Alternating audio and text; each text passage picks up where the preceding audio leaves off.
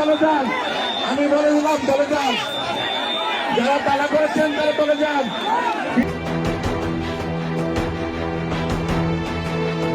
কুমিল্লার তিতাস উপজেলায় বিএনপির দুই নেতার হাতাহাতি, তোলপাড় রাজনীতি।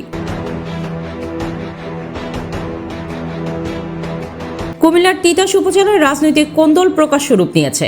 ইউনিয়ন বিএনপি সভাপতির হাতে উপজেলা সহসভাপতি আক্তার ব্যাপারে লাঞ্ছিত হওয়ার ঘটনায় এলাকায় চাঞ্চল্য সৃষ্টি হয়েছে। স্থানীয় সূত্রে জানা গেছে, দলীয় শৃঙ্খলা ও বিগত নির্বাচনে ভূমিকার জের ধরে এই অপ্রীতিকর ঘটনা ঘটে।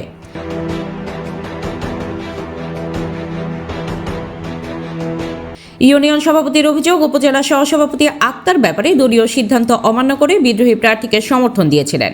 তার এই পরোক্ষ সমর্থনের কারণে নিজ ভোট কেন্দ্রে ধানের শীষের ভরাডুবি হয়েছে।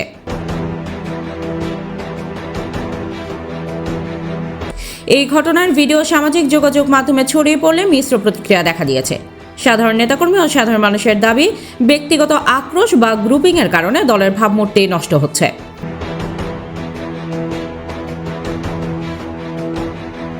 তিতাসের সাধারণ মানুষ এখন রাজনীতিতে সুস্থ ধারা ও আমূল পরিবর্তন চায়।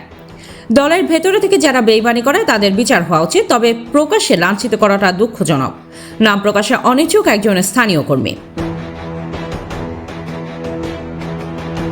আল রোকন।